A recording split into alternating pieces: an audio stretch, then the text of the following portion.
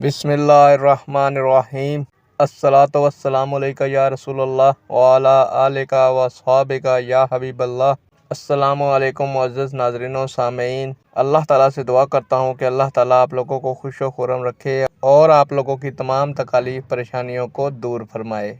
प्यारे दोस्तों, आज की वीडियो का अनवान है, क्या डबल कीमत पर उधार सामान देना जायज़ है। उम्मीद करूंगा कि ये मालूमात आपके इल्म में इजाफा फरमाएगी और आप इस वीडियो को शेयर करेंगे, चैनल को सब्सक्राइब करेंगे ताकि दूसरे लोग भी इस मालूमात से मुस्तफ़ीद हो सकें। बढ़ते हैं वीडियो की जानिब। प्यारे दोस्तों, हमें अल्लाह ताला से डरना चाहिए और किसी पर इतना जुल्म नहीं करना चाहिए। जो तरीक़ाकार आपने बताया है ये गलत है। उधार सामान देते वक्त असल कीमत से ज़्यादा देना जायज़ है, लेकिन वो इतना ही होना चाहिए कि असल कीमत का 2-4% इजाफी हो।